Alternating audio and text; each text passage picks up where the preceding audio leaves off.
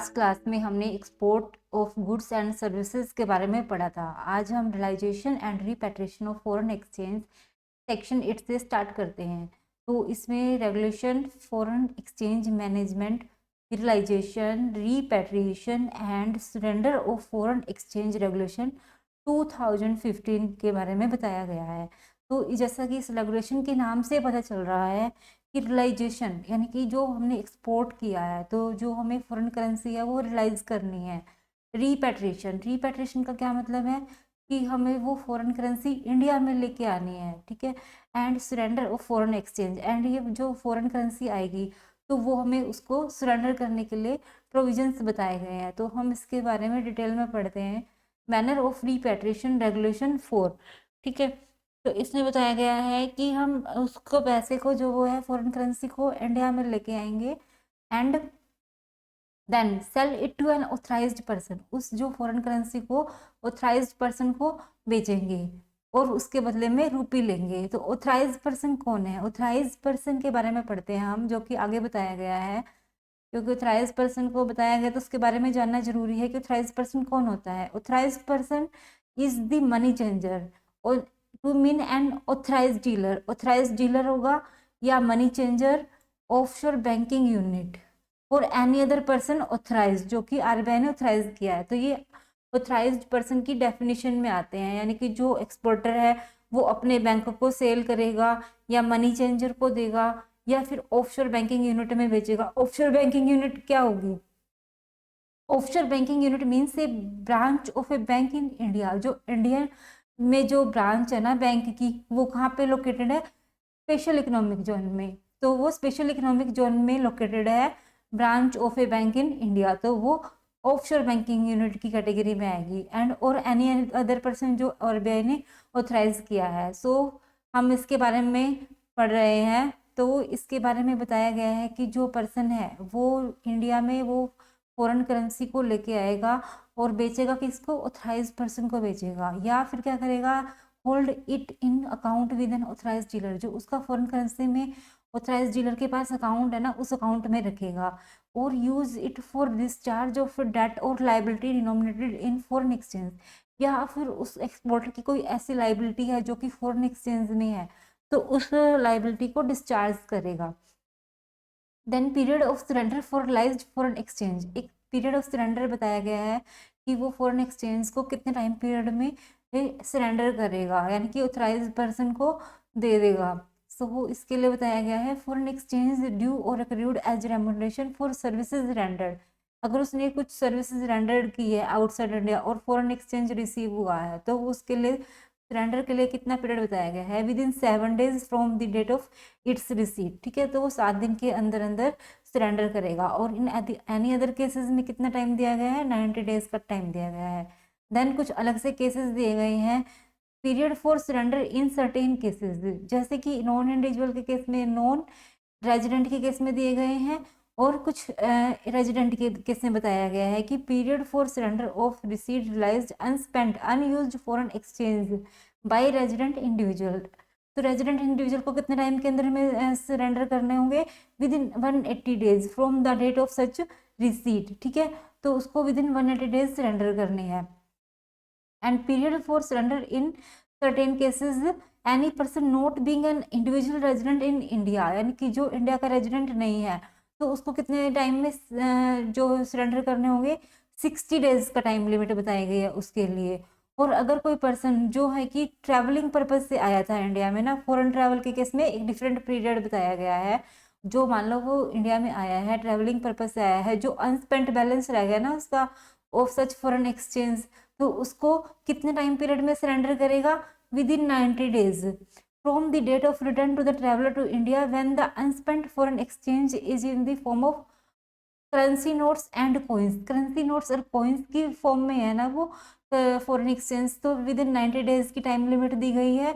और अगर traveller cheque की फॉर्म में है तो 180 days के अंदर अंदर उसको सरेंडर करने होंगे, जो अनस्पेंट मनी है, अनस्पेंट फॉरेन एक्सचेंज है, ठीक है। तो इसको हम एक चार्ट बनाया है हमने, तो आप वहां से भी रेफर कर सकते हैं। जैसे period of surrender of realised foreign exchange, individual के केस में जो रेजिडेंट है अगर वो करेंसी नोट्स की फॉर्म में है, कॉइन्स या ट्रैवलर चेक, तीनों के केस में जो टाइम लिमिट की कितनी अप्लीकेबल है 180 डेज। और अगर वो नॉन इंडिविजुअल रेजिडेंट है तो उस केस में कितना है 60 डेज के अंदर अंदर उसको सरेंडर करना होगा। इफ फॉर फॉरेन ट्रेवल, अगर वो non individual resident foreign travel purpose से आया है और अगर नोट्स कॉइन्स हैं उसके पास, तो विद इन 90 डेज उसको सरेंडर करना होगा। और ट्रैवलर चेक की केस में विद इन 180 डेज सरेंडर करना होगा। लेकिन जो इंडिविजुअल रेजिडेंट है उसमें करेंसी नोट्स हो चाहे कॉइन्स हो या ट्रैवलर चेक हो, तो तीनों केस में 180 डेज में सरेंडर करना होगा। तो इसके इंडिविजुअल के लिए हमेशा 180 डेज की लिमिट दी गई है। तो ये यहाँ से इजिली रेफर कर सकते हैं। सो हम आगे पढ़ते हैं इसके बारे में, जस्ट वेट।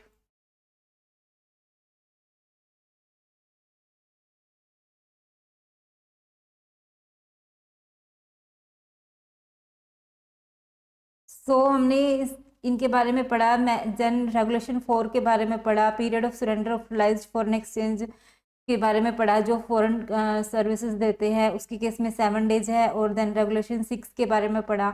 और अब आगे हम पढ़ते हैं एग्जम्पशन रेगुलेशन 8। तो एग्जम्पशन के बारे में क्या बताया गया है कि जो हमें सरेंडर नहीं करना होगा उसको हम अपने पास जो रख सकते हैं, क्या रख सकते हैं, देखो बता देते हैं। Shall apply to foreign exchange in the form of currency of Nepal और भूटान, यानी कि जो नथिंग शेल अप्लाई, तो जो फॉरेन करेंसी नेपाल और भूटान के फॉर्म में है ना, तो वो उस केस में कोई लिमिट नहीं दी गई है, ठीक है। तो यानी कि वो अपने पास रख सकते हैं। तो देन आगे कुछ एग्जम्पशन के केसेस दिए गए हैं जिनके केसेस में जो फॉरेन करेंसी को अपने पास रख सकते हैं, ठीक है। तो इसमें क्या है, ये केसेस हम पढ़ते हैं। पोजीशन ऑफ फॉरेन करेंसी और foreign coins by any person up to such limit as the RBI में स्पेसिफाई, यानी कि कोई फॉरेन करेंसी है या फॉरेन कॉइन्स है जितनी लिमिट आरबीआई ने बताई है कि आप रख सकते हो, तो उतनी अमाउंट तक आप अपने पास रख सकते हो और आपको सरेंडर करने की कोई रिक्वायरमेंट नहीं है। तो इसके बारे में आगे दिया गया है, एक बार रेफर कर लेते हैं कि जो ऑथराइज पर्सन है ना वो विदाउट लिमिट अपने पास रख सकता है फॉरेन करेंसी को। और अगर वो इंडिविजुअल है और जो उसके पास जो फॉरेन करेंसी है वो फॉरेन कॉइन्स की फॉर्म में है, तो उसके लिए कोई लिमिट नहीं है और वो एनी लिमिट तक अपने पास रख सकता है फॉरेन कॉइन्स को। और फॉरेन करेंसी के केस में कितनी लिमिट बताई गई है, अप टू $2000 तक फॉरेन करेंसी के केस में जो इंडिविजुअल अपने पास रख सकता है, तो उस केस में वो उसको ऑथराइज पर्सन को सरेंडर नहीं करना होगा। तो ये जो हमारे को जो केसेस दिए गए हैं, तो ये वो केसेस दिए गए हैं जिसमें रिजर्व बैंक ने एग्जम्पशन ग्रांट की है, ठीक है। So then foreign currency account में रख सकता है वो, या फिर जो 8 जुलाई 1947 से पहले की जो फॉरेन करेंसी है उस इंडिविजुअल के पास में, यानी कि जो आज़ादी से पहले की जो फॉरेन करेंसी उसको मिली हुई है, तो वो अपने पास रख सकता है। या जो ऊपर जो क्लॉज सी में जो मेंशन किया गया ना, इसमें देखो रेफर किया गया, refer to in clause C, और बाय वे ऑफ इनहेरिटेंस उसको मिली है, यानी कि पैतृक संपत्ति मिली है, अपने दादाजी से मिली है मान लो उस इंडिविजुअल को, तो वो अपने पास रख सकता है। या foreign exchange acquired from employment, business, trade, vocation, services, honorarium, gifts, inheritance or any other legitimate means up to such limit, जो लिमिट आरबीआई ने स्पेसिफाई की है तो वहां तक वो रख सकता है। तो इस केस में सरेंडर की कोई रिक्वायरमेंट नहीं है। कुल मिला के शॉर्ट में बोले तो इन केसेस में फॉरेन करेंसी आप अपने पास रख सकते हो। केस A to F जो पॉइंट्स दिए गए हैं, इन केसेस में क्या है, फॉरेन करेंसी आप अपने पास रख सकते हो। हम आगे बढ़ते हैं इसके बारे में। जो हमने लिमिट्स को बारे में पढ़ा था कि ऑथराइज पर्सन है विदाउट लिमिट अपने पास रख सकता है फॉरेन करेंसी को, और जो इंडिविजुअल है फॉरेन कॉइन्स की केस में कोई लिमिट नहीं है, और फॉरेन करेंसी को कितना अपने घर में रख सकता है, अप टू $2000, ठीक है। तो देन हम आगे हमने इसके बारे में पढ़ा था ऑथराइज पर्सन के बारे में कि authorise dealer, money changer, offshore banking unit और एनी अदर पर्सन ऑथराइज है वो ऑथराइज्ड पर्सन की डेफिनेशन में आते हैं। देन ऑथराइज्ड पर्सन क्या करता है, ऑथराइज्ड पर्सन को ऑथराइजेशन कैसे दी जाएगी, ऑथराइज्ड पर्सन को ऑथराइजेशन राइटिंग में दी जाएगी। कौन देगा, आरबीआई देगा। क्या देगा, वो ऑथराइजेशन देगा इनको, किनको, ऑथराइज डीलर को, money changer, offshore banking unit और एनी अदर पर्सन ऑथराइज को। एंड ऑथराइजेशन ग्रांटेड में बी रिवोक्ड बाय आरबीआई, अगर आरबीआई ने इनको इनमें से जो आरबीआई ने ऑथराइजेशन दी है वो उसको रिवोक भी कर सकता है। अगर आरबीआई को लगता है कि पब्लिक इंटरेस्ट में ऐसा करना जरूरी है तो आरबीआई ने जो ऑथराइजेशन ग्रांट की है ना, इनमें से किसी की भी ऑथराइजेशन रिवोक कर सकता है, या यह ऑथराइज पर्सन जो है वो आरबीआई की जो रेगुलेशंस है या कंडीशंस है उनको कंप्लाई करने में फेल हो गया है, उसने कोई कंडीशन या कोई भी जो आरबीआई ने जो रूल्स बनाए थे उसके अकॉर्डिंग उसने कोई काम नहीं किया है, तो वो उसकी जो ऑथराइजेशन है वो रिवोक की जा सकती है। बट उसके लिए पहले आरबीआई उसको क्या देगा, रीजनेबल अपॉर्चुनिटी देगा of making a representation.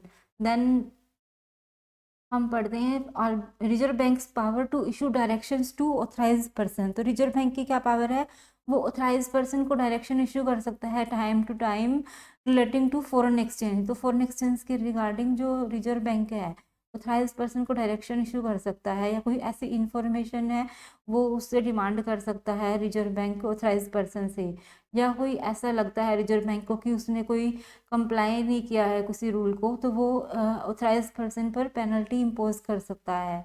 Power of reserve bank to inspect authorised person, section 12। जो रिजर्व बैंक की क्या पावर है, रिजर्व बैंक इंस्पेक्शन कर सकता है ऑथराइज्ड पर्सन की, किस चीज़ के regarding, verification of correctness of any statement, क्योंकि जो ऑथराइज्ड पर्सन है वो बार बार जो कोई भी स्टेटमेंट है या इंफॉर्मेशन है वो आरबीआई को देगा ना, तो आरबीआई उसके रिगार्डिंग ये वेरीफाई कर सकता है कि जो इन्फॉर्मेशन मिली है ऑथराइज्ड पर्सन से कि वो ट्रू एंड करेक्ट है या नहीं है, तो वो उस इंफॉर्मेशन की वेरिफिकेशन कर सकता है regarding the correctness of information. So, and then obtaining any information or particulars which such authorized person has failed to submit, या authorized person ने ऐसी कोई information submit नहीं करी जो आरबीआई ने डिमांड की थी, तो आरबीआई उसको obtain कर सकता है।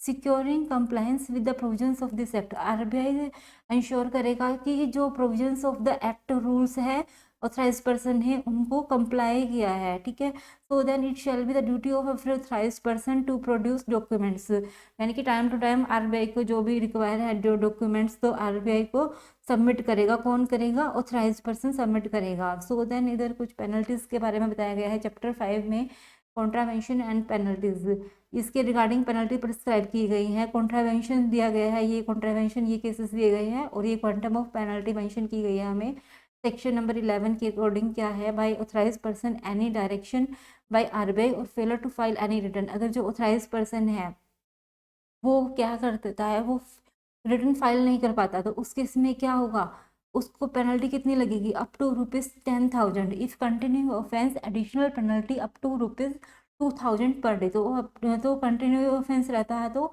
एडिशनल पेनल्टी कितनी लगेगी, अप टू ₹2,000 और पर डे लगेगी वो, ठीक है। सेक्शन 13 में क्या बताया गया है, वोलेशन of any of the provision of the act rules regulation notification, तो कोई वोलेशन हुआ है ना तो उस केस में कितनी पेनल्टी बताई गई है, up to 3 times the sum involve if it is quantifiable. अगर जो अमाउंट ऑफ डिफॉल्ट क्वांटिफाइबल है ना तो उसका 3 टाइम्स पेनल्टी लगेगी। इफ नॉट क्वांटिफाइबल, अगर जो फ्रॉड के अमाउंट है जो तो वो क्वांटिफाइबल नहीं है, ठीक है, तो उस केस में कितनी पेनल्टी बताई गई है, up to ₹2 lakh. If continuing offence रहा है तो further penalty up to ₹5,000 per day लगेगी, ठीक है। और ये पेनल्टी कितने दिन में पे करनी है, penalty to be paid in 90 days, जो डिफॉल्टर है उसको ये पेनल्टी 90 डेज के अंदर अंदर पेमेंट करनी होगी। So then as per section 13 sub section 1A, acquisition of any foreign exchange foreign security or immovable property situated outside India of the aggregate value exceeding the threshold of section 37A के बारे में हम आगे पढ़ेंगे। तो इसमें जो penalty दी गई है तो इस सेक्शन के बारे में हम आगे डिटेल में पढ़ेंगे, एक बार पेनल्टी पढ़ लेते हैं। Up to 3 times the sum involve, confiscation of the value equivalent of foreign assets involve in contravention situated in India, यानी कि जो उसके इक्वल की जो अमाउंट जो ऑफ एसेट है वो इंडिया में है वो कन्फिस्केट करी जाएगी, ठीक है। और imprisonment up to 5 years with a fine if the amount of contravention exceeds the threshold prescribed under the proviso to subsection 1 of section 37A। तो देन सेक्शन 14 के अकॉर्डिंग पेनल्टी दी गई है, failure to pay penalty as above where demand as of an amount exceeding ₹1 crore, तो imprisonment कितनी लगेगी, up to 3 years। और in any other cases क्या है, अप टू 6 months, मतलब 1 करोड़ से कम की है तो अप टू 6 months की इम्प्रिजनमेंट रहेगी, ठीक है। यानी कि इस केस में तो अगर पेनल्टी नहीं देगी तो उसको जेल में जाना ही जाना पड़ेगा, ठीक है। तो देन आगे बढ़ते हैं हम, enforcement of the orders of adjudicating authority.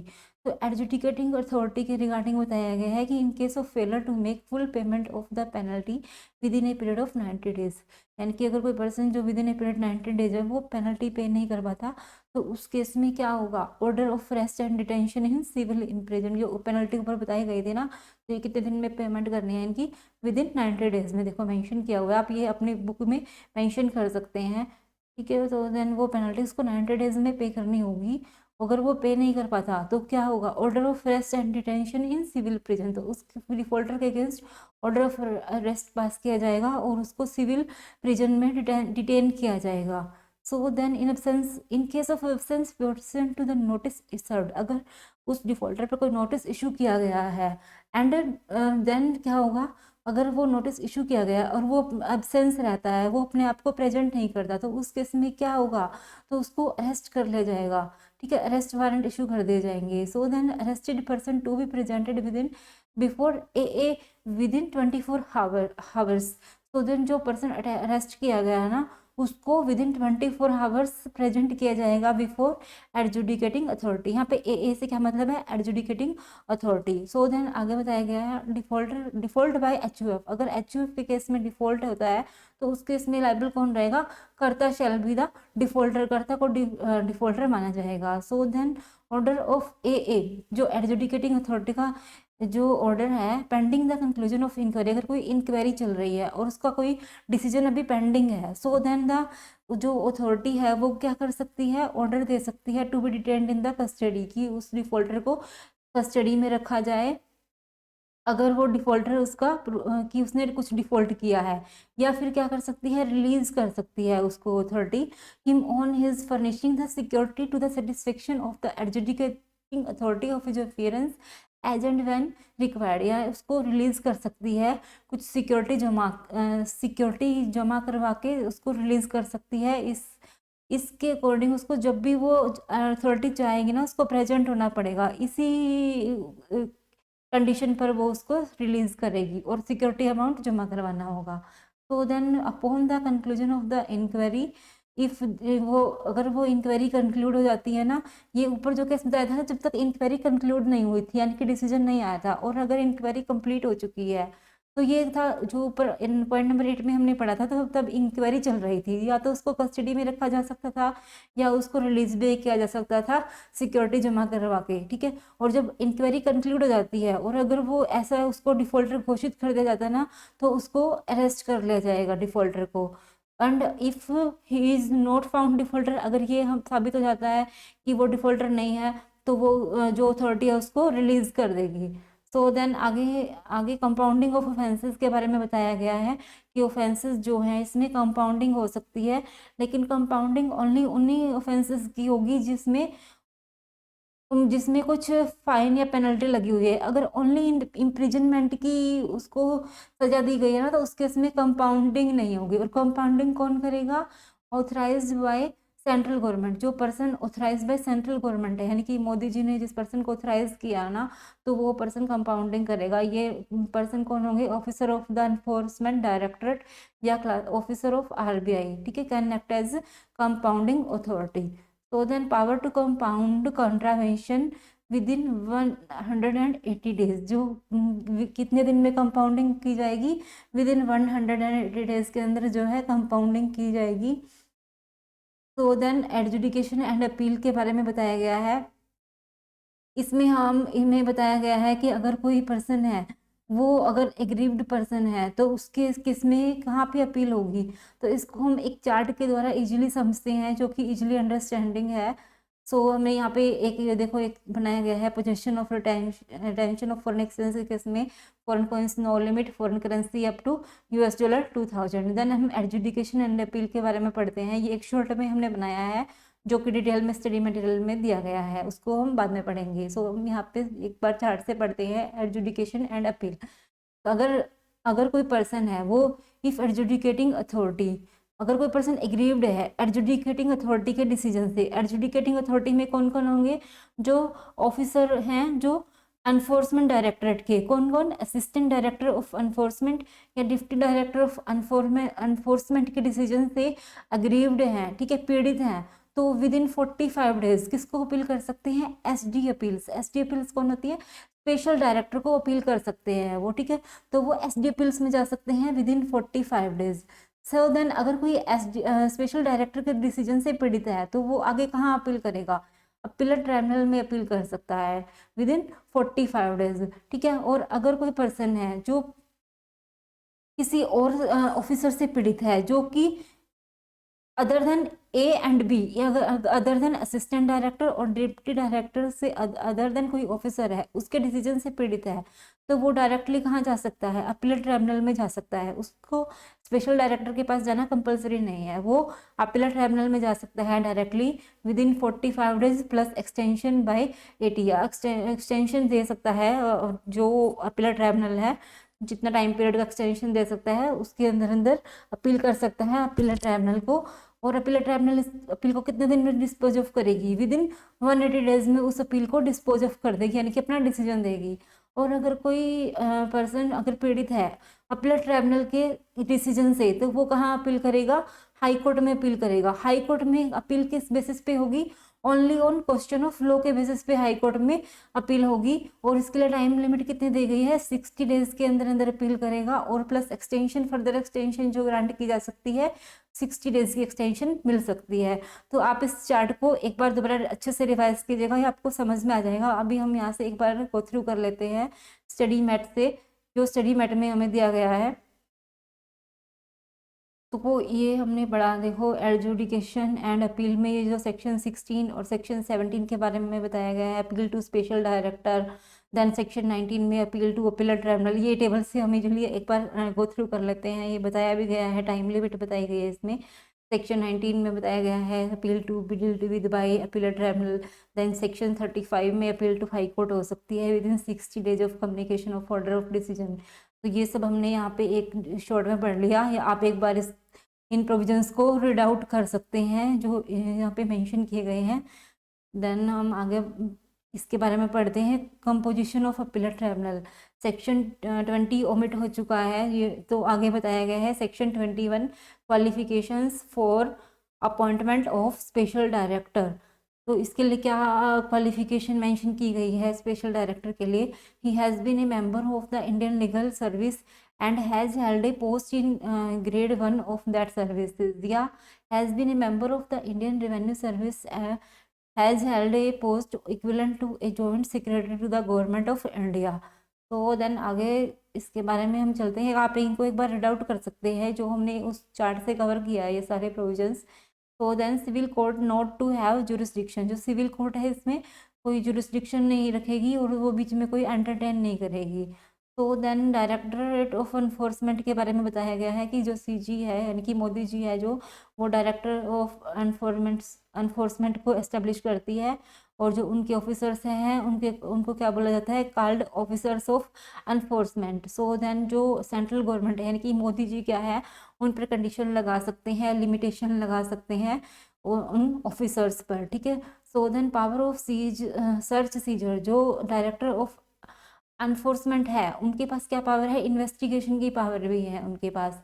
तो then special provisions relating to assets held outside India in contravention of section 4। ये जो सेक्शन 37A के बारे में हमने जो फैन पेनल्टी में पढ़ा था ना, उसी को हम पढ़ते हैं डिटेल में, कि जो एसेट है वो आउटसाइड इंडिया हेल्ड की गई है इन कंट्रावेंशन ऑफ सेक्शन 4। अगर सेक्शन 4 की कंट्रावेंशन में कोई एसेट है जो आउटसाइड इंडिया हेल्ड की गई है, तो उस केस में क्या होगा, any property situated outside India is expected to have been held in contravention of section 4, then क्या किया जाएगा, seize value equivalent situated within India, यानी कि उस जो प्रॉपर्टी आउटसाइड इंडिया है तो उसके इक्वल की जो वैल्यू है ना वो इंडिया में वो सीज कर ली जाएगी प्रॉपर्टी, जो कि कंट्रावेंशन ऑफ सेक्शन 4 के अकॉर्डिंग जो है, जो सेक्शन 4 की कंट्रावेंशन में जो प्रॉपर्टी है ना आउटसाइड इंडिया में जो इमूवेबल प्रॉपर्टी है और जो उसकी जितनी वैल्यू है उतनी वैल्यू की जो प्रॉपर्टी है वो इंडिया में उसकी जो सिचुएटेड है वो सीज कर ली जाएगी। और अगर ऐसा कोई भी उसने वो डिफॉल्ट नहीं किया है तो उस केस में ऐसा कोई क्राइटेरिया नहीं रहेगा। No such seizure if immovable property is less than the value of as में भी प्रेस्क्राइब, जो कि सेक्शन 4 की कंट्रावेंशन में नहीं है। So then order and relevant material to be placed before the competent authority. The order of seizure क्या रहेगा, shall be placed before the competent authority के पास रखा जाएगा, appointed by the central government. Central government यानी कि जो मोदी जी ने अपॉइंट किए हैं, ठीक है। Then dispose of petition, then competent authority उसको जो पटिशन है उसको डिस्पोज ऑफ करेगी कितने टाइम में, with in a period of 180 days में उस जो पटिशन है उसको डिस्पोज ऑफ करेगी। या तो उसके वो उसको क्या करेगी, सीजर को कंफर्म करेगी या सेट असाइड करेगी, ठीक है। अगर ये सब जो करेगी पहले एक अपॉर्चुनिटी ऑफ बीइंग हर्ड उसको दी जाएगी, यानी कि जो प्रॉपर्टी है या तो उसको वो कन्फिस्केट कर लेगी या उस प्रॉपर्टी को सेट असाइड कर देगी अगर वो डिफॉल्टर नहीं है, ठीक है। So then validity of seizure order confirming के, यानी कि जो सीजर ऑर्डर है यानी कि जो प्रॉपर्टी जो सीज करनी है ना, जो कंट्रावेंशन ऑफ सेक्शन 4 के अकॉर्डिंग जो value equivalent situated within India जो सीज करनी है, और अगर अथॉरिटी को ऐसा लगता है कि वो डिफॉल्टर है तो वो उसको सीजर कर लेगी, कंफर्मिंग सीजर कर लेगी। अगर वो डिफॉल्टर नहीं है तो उसको क्या कर देगी, सेट असाइड कर देगी। सो देन अपील किसको जा सकती है, अगर कोई पर्सन पीड़ित है अथॉरिटी के डिसीजन से तो वो कहाँ अपील कर सकता है, अपील ट्राइब्यूनल में अपील कर सकता है। तो देन हम आगे पढ़ते हैं, suspension of operation of the act section 40। अगर सीजी को ऐसा लगता है कि CG is satisfied that circumstances have arisen rendering it necessary that any permission granted, अगर मोदी जी ने कोई परमिशन ग्रांट की है और रिस्ट्रिक्शन इम्पोज या उन्होंने कोई रिस्ट्रिक्शन इम्पोज की है, और अगर मोदी जी को लगता है कि ये जो परमिशन ग्रांट की है या कोई रिस्ट्रिक्शन जो है इम्पोज की है वो हटा देनी चाहिए, तो मोदी जी उसको हटा सकते हैं, ठीक है। उसके लिए उनको क्या लाना होगा, एक नोटिफिकेशन लानी होगी, एंड वो नोटिफिकेशन कहाँ पे लेट डाउन करनी होगी, पार्लियामेंट में लेट डाउन करनी होगी। देन सेक्शन 41 के बारे में बताया गया है, power of central government to give direction. जो सेंट्रल गवर्नमेंट की क्या पावर है, मोदी जी क्या कर सकते हैं, give directions to the reserve bank, यानी कि जो सेंट्रल गवर्नमेंट है वो रिजर्व बैंक को डायरेक्शन दे सकती है, and reserve bank shall comply with such direction. Then section 42 में बताया गया है, कॉन्ट्रावेंशन बाय कंपनीज। अगर कोई कंपनी है where a person committing a contravention any of the person of this act और एनी रूल डायरेक्शन और other order made there under is a company, अगर वो कंपनी है, ठीक है, तो जो कॉन्ट्रावेंशन कमिट किया गया है और वो पर्सन क्या है, वो रिस्पॉन्सिबल है तो उसको गिल्टी माना जाएगा, ठीक है। अगर वो प्रूव कर देता है कि contravention took place without his knowledge, कि जो कॉन्ट्रावेंशन है वो उसकी नॉलेज में नहीं थी और बिना उसकी नॉलेज के कॉन्ट्रावेंशन किया है एंड वो निर्दोष है, तो उस केस में वो लाइबल नहीं होगा। देन डेथ और insolvency in certain cases section 43, अगर जो डिफॉल्टर है उसकी डेथ हो जाती है तो उस केस में क्या होगा, जो राइट्स एंड ऑब्लिगेशंस है वो लीगल रिप्रेजेंटेटिव पर आ जाएंगे, ठीक है। तो जो प्रोसीडिंग्स है वो लीगल रिप्रेजेंटेटिव के अगेंस्ट चलेंगी, provided that a legal representative of the deceased shall be liable only to the extent of the inheritance, यानी कि जो लीगल रिप्रेजेंटेटिव को इनहेरिटेंस में जितना अमाउंट मिला है, जो पैतृक संपत्ति मिली है ना, वहाँ तक की जो लीगल रिप्रेजेंटेटिव है लायबल होगा। बार लीगल प्रोसीडिंग सेक्शन 44, जो ऑफिसर्स ऑफ सेंट्रल गवर्नमेंट है ना कुछ डिसीजन लेते हैं तो वो माना जाएगा कि गुड फेथ में डिसीजन लिया गया है और उनके खिलाफ कोई लीगल प्रोसीडिंग्स नहीं की जाएंगी। रिमूवल ऑफ डिफिकल्टी सेक्शन 45, अगर इस एक्ट के 2 साल के अंदर अंदर कोई डिफिकल्टी आती है तो सेंट्रल गवर्नमेंट उस डिफिकल्टी को क्या कर सकते हैं, दूर कर सकते हैं। Then power to make rules, rules कौन बनाता है, सीजी बनाता है रूल्स, सीजी हमेशा रूल्स बनाती है बाय नोटिफिकेशन, जो कि पार्लियामेंट में लेट डाउन किए जाते हैं। देन और पावर टू मेक रेगुलेशन किसके पास है, रिजर्व बैंक के पास। जो जितनी भी जो रेगुलेशंस बनाता है तो वो रिजर्व बैंक बनाता है फेमा के अकॉर्डिंग। तो देन हमें ये जो ऑल ओवर हमने ये जो रेगुलेशंस हैं इम्पोर्टेंट हमने एक बार कवर अप कर ली है। जो बाकी जो चीज़ें हैं बाकी जो प्रोविजंस दिए गए हैं, आप उनको एक बार रीड आउट कर सकते हैं, कोई दिक्कत नहीं है। हमने एक इम्पोर्टेंट जो पार्ट है वो कंप्लीट कर लिया है, आप इसको एक बार अच्छे से रिवाइज कर लें और ये आपका अच्छे से कवरअप हो जाएगा।